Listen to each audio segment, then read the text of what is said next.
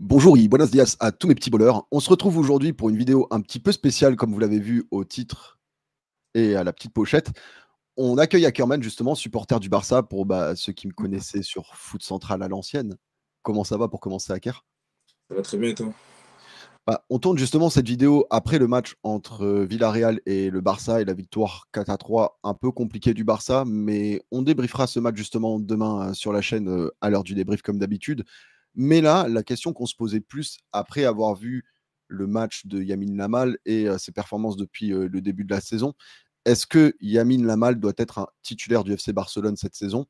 Et pour commencer justement, j'ai laissé Ackerman parler. On va s'appuyer sur ses performances depuis que la Liga a repris. Alors déjà, c'est Lamine Yamal, j'ai juste inversé Putain, les... j'ai tout inversé exactement. Mais pour revenir à lui, alors moi je suis quelqu'un qui n'est pas forcément pour balancer notamment plusieurs jeunes d'un coup dans le grand bain. Il faut rappeler qu'il avait 15 ans il y a quelques jours quand même, donc ce qui est assez précoce. Mais je suis aussi de ceux qui pensent que si un joueur de football est capable de jouer à ce niveau-là, c'est qu'on doit aussi le faire jouer. Et s'il le montre en entraînement, c'est qu'il est capable de le faire.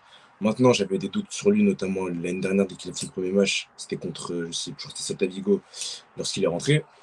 Et j'avais déjà vu quelques petites brides pendant 5 minutes de ce qu'il pouvait faire. Et honnêtement, depuis la pré-saison, je vois quelqu'un qui, j'ai l'impression, joue sans complexe. Et ce qui est assez fou à son âge, c'est que la plupart des jeunes qu'on voit notamment lorsqu'ils débutent, ils ont souvent tendance à avoir ce mauvais côté de trop vouloir se montrer et justement trop avoir des déchets, ce qui peut des fois mener à des pertes de balles bêtes ou rater des buts. Et ce qui est assez impressionnant chez lui, c'est qu'il a une maturité qui est très, très, très, très importante et il joue jamais contre le cours du jeu. C'est-à-dire qu'il va toujours faire quelque chose qui va dans le sens du jeu. S'il doit temporiser, il va temporiser. S'il est en un contre un, il va en un contre un. Et ce qui est fou avec lui, c'est qu'il va rarement en un contre un. Mais lorsqu'il va, c'est souvent dévastateur. Et est-ce qu'il mérite d'être sur au Barça? J'ai envie de te dire, si on part du point de vue pragmatique et de ce qu'on voit, je ne sais pas pour quelle raison on irait sortir du 11 alors qu'il est bon en ce moment. Parce que, parce que voilà. Mais l'autre côté me dit, il a 16 ans, c'est très, très, très précoce. Vraiment, c'est vraiment très précoce. Attention à pas trop le cramer non plus. Mais s'il performe, qu'est-ce que tu veux lui dire de plus, à part le fait de continuer à le laisser se montrer. Après, est-ce qu'il peut instaurer notamment une rotation entre lui et Rafinha, notamment des fois? C'est possible. On va essayer un peu de changer entre les deux. Mais en tout cas, on pensait que sans Rafinha, ça allait être un peu plus compliqué. Force est de constater que Lamine rapporte beaucoup, beaucoup plus de garanties sur certains points. Et très honnêtement, j'ai hâte de voir ce qui va se passer cette saison.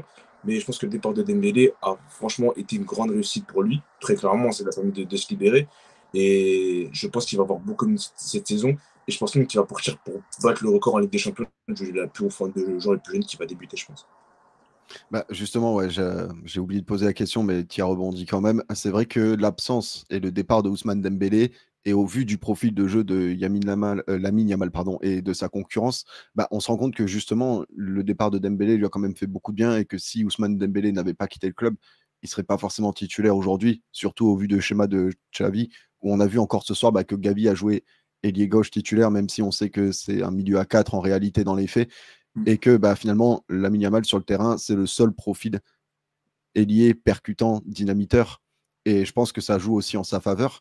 Mais je te rejoins sur le fait qu'il a que 16 ans et que, attention, malgré les bonnes performances, il faut le souligner, il y a de très bonnes performances de sa part depuis qu'il joue, surtout les 2 derniers matchs comme titulaire. Cependant, et c'est important de le souligner, bien que ce soit le plus jeune passeur de l'histoire de la Liga au XXIe siècle, je me suis renseigné, j'ai vu la stat récemment, il faut quand même souligner que le Barça, ces 10 dernières années, et la Masia notamment, a sorti beaucoup de jeunes joueurs très performants, très jeunes, mais ça ne garantit pas forcément une place de titulaire à long terme au Barça.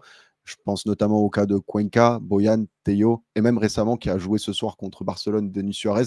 Tu penses quoi de tout ça, toi, Hacker? Alors c'est vrai que enfin, être un crack, ça ne garantit pas forcément le fait de pouvoir réussir au Barça.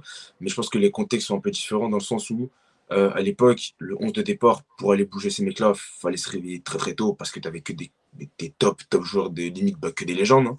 Tu avais des joueurs de tout niveau. Mais j'ai l'impression que ce Barça-là va plus vers la jeunesse, tente plus justement de mettre en avant la Masia. Et vu les talents qu'il y a là-dedans, oui, les coachs vont pas hésiter à balancer des joueurs de ce type de joueurs dans le grand bain. Et j'ai l'impression que le foot actuel, notamment contrairement à l'époque, va plus dans ce sens-là. Par exemple, au PSG, il y a Zaïre Emery, qui a 17 ans. qui enchaîne beaucoup de titularisations et il est très bon. Maintenant, on sait très bien qu'avec ces genres de joueurs-là, il ne faudra pas non plus trop être exigeant avec eux parce que, comme on a tendance à l'oublier, ça reste des gamins. D'accord. Il y a quelques temps, que ce soit du côté de Zahir Emery, il n'a pas encore passé le bac. Lamine vient de faire le brevet, donc c'est encore des gamins, qu'on le veuille ou non. Et tout ça pour dire que si vient être titulaire au Barça, je n'aurais pas des attentes démesurées à son sujet parce que je sais très bien qu'il a 16 ans. Et 16 ans, c'est encore très précoce. Mais comme je dis, ce qui est assez fou avec lui, c'est qu'il a une sorte de maturité dans son jeu qui est assez folle. Et on dirait même pas qu'il a 16 ans, il joue comme un mec qui a 25 ans, qui sait ce qu'il doit faire à chaque fois. C'est un danger permanent. Et moi, comme je dis, la tête me dit de ne pas le balancer dans le grand bain et le cramer trop rapidement. Mais le cœur me dit, si le gamin s'exprime comme ça, qu'il arrive à être très bon, carrément, puisqu'il a fini homme du match aujourd'hui, autant le laisser dans sa lancée et voir ce qu'il peut nous proposer. Bah, justement, je trouve que tu as bien fait de mettre le parallèle de Lamine Yamal et de Warren Zaïre-Emery parce que dans les deux cas, tu as affaire à un joueur qui est formé au club, qui est très jeune, mais malgré son jeune âge, il a le profil que tu recherches à ce poste et que tu n'arrives pas à recruter. Parce que le Barça a recruté Ferran Torres, c'est pas le bon profil. Rafinha, il a un peu ce profil, mais il a eu une première saison compliquée, bien Ouais. qu'il ait bien staté, mais on va lui laisser le temps de s'adapter, on va pas se mentir. Et quand tu regardes Ferran Torres et Fati, c'est pas tout à fait ce profil qu'il a, Lamine Yamal, et c'est le Exact. profil que tu viens de perdre avec le départ de Dembélé. Donc, si le joueur en soi, il répond à un profil qui a un besoin et qu'il applique bien le profil, il n'y a pas de raison qu'il ne joue pas. Cependant, je suis d'accord avec toi, il ne faut pas le cramer non plus, il ne faut pas lui mettre toute la pression sur son dos. Donc, je vais te poser la question finale pour répondre à l'introduction, pour rappeler la fac à ceux qui l'ont fait. Justement, pour revenir à la question principale, est-ce que pour toi, avec tous les éléments qu'on a donnés, Lamine Yamal doit être titulaire aujourd'hui au FC Barcelone, surtout au vu de cette dernière prestation? Ou est-ce que tu penses que justement, Ferran Torres, qui fait des bonnes prestations en tant que super sub, doit prendre une place de titulaire? Est-ce que peut-être il faut jouer à 3 devant et ça permettra justement à Lamine Yamal de ne pas être le seul dynamiteur de cette équipe, peut-être? Euh, je pense que tu me posais cette question-là avant le début de saison, ou même lorsque Rafinha a pris son carton rouge, je t'aurais répondu non. Je t'aurais répondu non, que, que vas-y, ça reste un gamin de 16 ans et qu'on va pas non plus le cramer. Mais comme j'ai dit, du point de vue football, et c'est ce que tous les coachs disent aussi malheureusement, peu importe l'âge du joueur en question, s'il peut performer à l'instant T, il n'y a aucune raison de le mettre sur le banc. Et d'autant plus que tu parles justement des trois attaquants, à l'heure où on parle, et quand je vois la forme notamment, tu parles de Ferran Torres qui est dans une forme olympique, hein, très clairement, euh, je pense qu'une attaque à 3, tu es beaucoup plus dangereux que sur les deux côtés. Parce que tu as justement des profils différents qui sont à la perfection. Tu as Ferran Torres qui est quelqu'un de très axial, et tu as de l'autre côté Lamine Yamal qui est quelqu'un qui va en un contre un, qui est bien dynamité son jeu par le dribble, par la passe ou par la frappe. Donc c'est deux profils différents, mais deux profils qui s'emboîtent bien à côté de Lewandowski. Et d'autant plus qu'on a vu que Lewandowski touchait beaucoup plus de ballons lorsqu'il y avait les deux à côté de lui.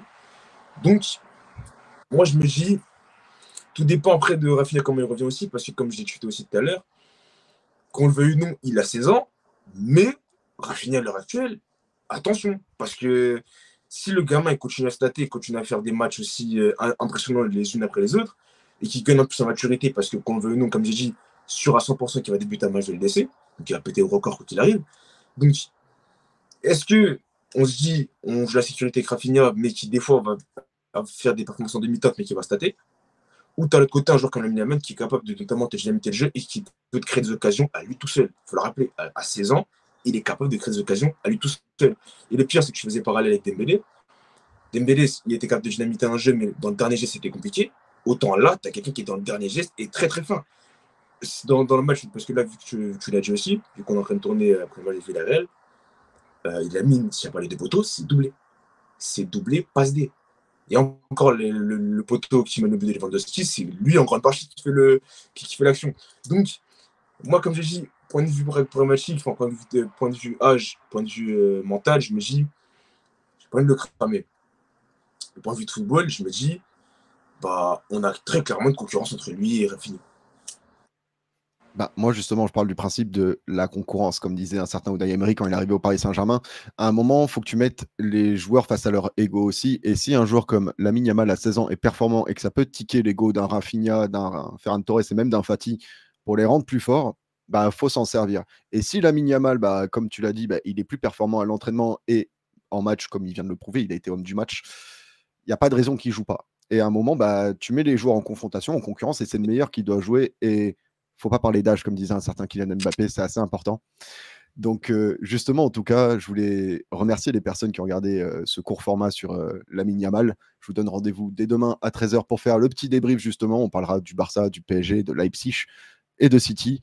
Et en tout cas, ben, je vous invite aussi à aller voir la page de Ackerman. Il a une page YouTube lui aussi. C'est écrit dessus, c'est facile à trouver. Il est aussi sur Meske Talk pour ceux que ça intéresse, un podcast spécialisé Barça. En tout cas, je te laisse le mot de la fin pour cette fois, Aker, si tu as quelque chose à rajouter avant de terminer. Merci de l'invitation, ça fait très longtemps qu'on n'ait pas fait un tournage à deux. Un plaisir de parler notamment de Lamine Yamal et pourquoi pas se référer une d'ici prochaine. En tout cas, c'était un petit puzzle de mots et de pensées. Que le football français repose en paix.